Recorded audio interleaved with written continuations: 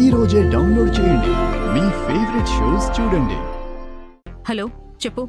Madam, అతనికి విషయం అర్థమై నన్ను కొట్టేసి కారులో పారిపోయాడు మేడం. వాట్? ఎటెళ్ళాడు?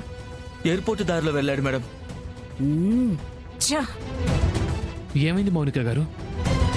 వాడు తప్పించుకున్నాడంట.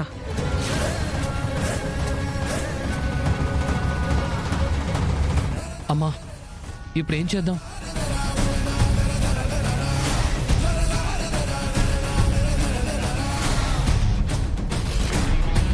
వాణ్ణి ఎయిర్పోర్ట్ వరకు వెళ్ళనివ్వను.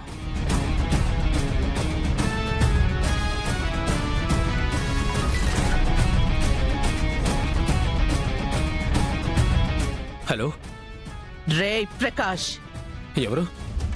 ఆనంద భైరవి. ఓ, మీరా? నా గురించి వెతికి టైం వేస్ట్ చేసుకోకండి. నేను మీకు దొరకను. రేయ్, నువ్వు దొరుకుతావో లేదో అది నీ ఇష్టం, కానీ నేను చెప్పేది మాత్రం నువ్వు మూసుకుని విను. నీ చెల్లెలు సమీర బ్రతికే ఉంది అన్న విషయం నాకు తెలుసురా.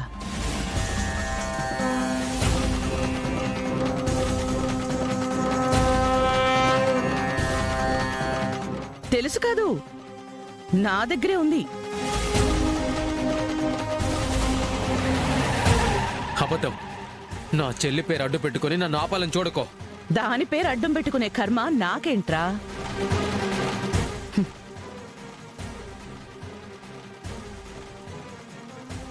నీ ఫోన్కి ఫోటో పంపించాను, ఒకసారి చూడు.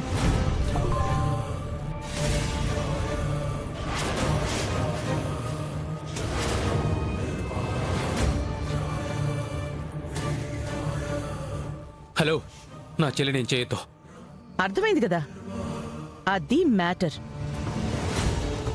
ఇప్పుడు డిసైడ్ చేసుకో. ఎయిర్పోర్ట్కే వెళ్తావో, ఎగురుకుంటూ ఇంకెక్కడికైనా పోతావో. నీ చెల్లెల్ని ఏం చెయ్యాలో అది చేస్తాను.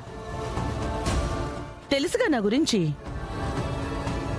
నువ్వు వచ్చి లొంగిపోయే వరకు దానికి పోలీస్ స్టైల్లో ట్రీట్మెంట్ జరుగుతూనే ఉంటుంది. మేడం ప్లీజ్, నేను ఎక్కడికి రావాలి? నీ ఇంటి లొకేషన్కి వచ్చేసేయ్.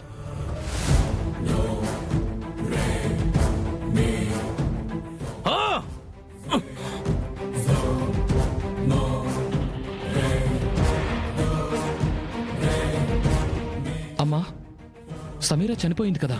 నేను అలాగే అనుకున్నాను, కానీ ఎక్కడో చిన్న అనుమానంతో ఉన్నాను. అందుకే సిచ్యువేషన్ వచ్చింది కదా అని చీకట్లో బాణం వేశాను. అది కరెక్ట్గా తగిలింది. సమీర బ్రతికే ఉంది అని వాడే క్లారిటీ ఇచ్చాడు.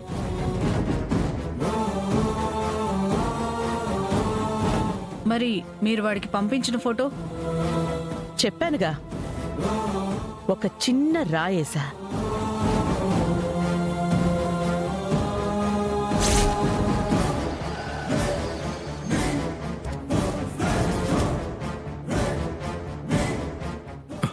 మేడం, నా చెల్లెక్కడా? అది నేను చెప్తాను.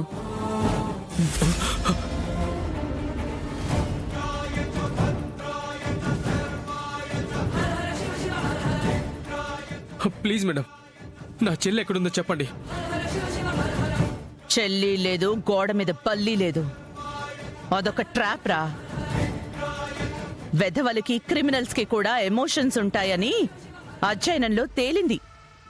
అది నువ్వు ప్రూవ్ చేసావు. మోసం.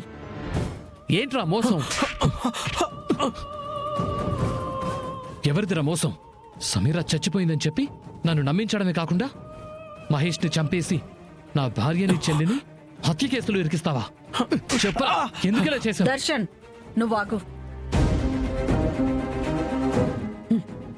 వీడి సంగతి కోర్టు మేము చూసుకుంటాం. పదరా.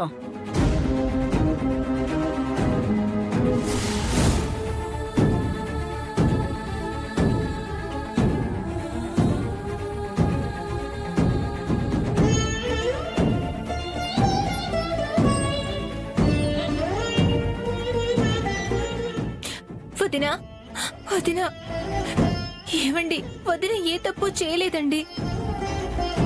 చేసిన నేరం తను ఒప్పుకున్న తర్వాత కూడా ఎందుకు ఇలా ఇరిటేట్ చేయటం?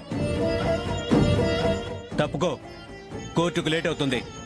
అక్కడ ఈవిడి గారికి యావజ్జీవ కారాగార శిక్ష పడ్డాక విజిటింగ్ అవర్స్ లో సెంట్రల్ జైలుకి వెళ్ళి తీరిగ్గా కలుద్దావుగానే మీ వదినని.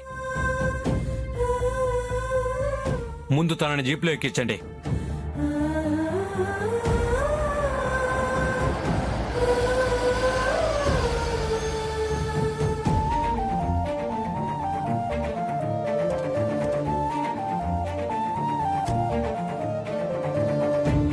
శరణ్య, శరణ్య, మిస్టర్ దర్శన్, కాస్త మీరు దూరంగా ఉండండి. తను కస్టడీలో ఉన్న నేరస్తురాలు. అల్లుడు గారు, శరణ్య నేరం చెయ్యలేదు. అమ్మ శరణ్య, ఏంటమ్మా ఇది? త్యాగానికి కూడా ఒక హద్దు ఉండాలి కదా. అల్లుడు గారు, అసలు నేరస్తుడు ప్రకాష్. అవును సంతోష్, అసలు నేరస్తుడు ఈ ప్రకాష్.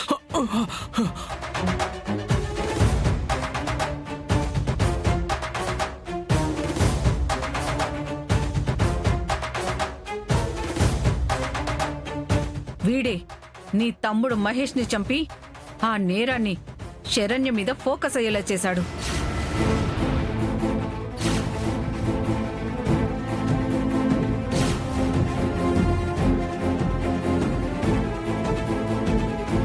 అల్లుడు గారు, మీరు చూసిన ఫుటేజ్నే మనసులో బలంగా నమ్మి ఇన్వెస్టిగేషన్ కూడా పూర్తిగా చేయకుండానే శరణ్యని నేరస్తురాలిగా ముద్ర వేశారు.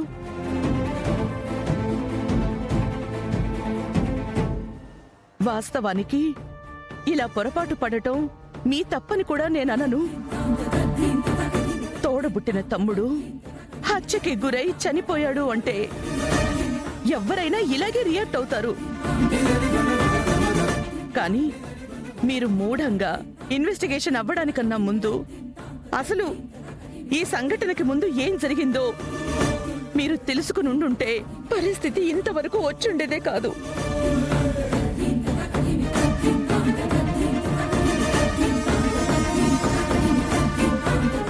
ఎందుకురా ఇలా చేశావు?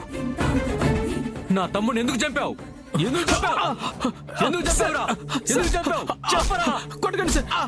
ఎందుకు చంపావు? సార్ చెప్పరా! ఎందుకు చంపావు? ఎందుకు చంపావు నా తమ్ముడిని? చెప్పరా! చెప్పు! నా తమ్ముడు ఎందుకు చంపావు? చెప్పరా! చెప్పు! చెప్పు! నిన్ను ఇలా కాదురా, నిన్ను చెప్తాను సార్, చెప్తాను సార్.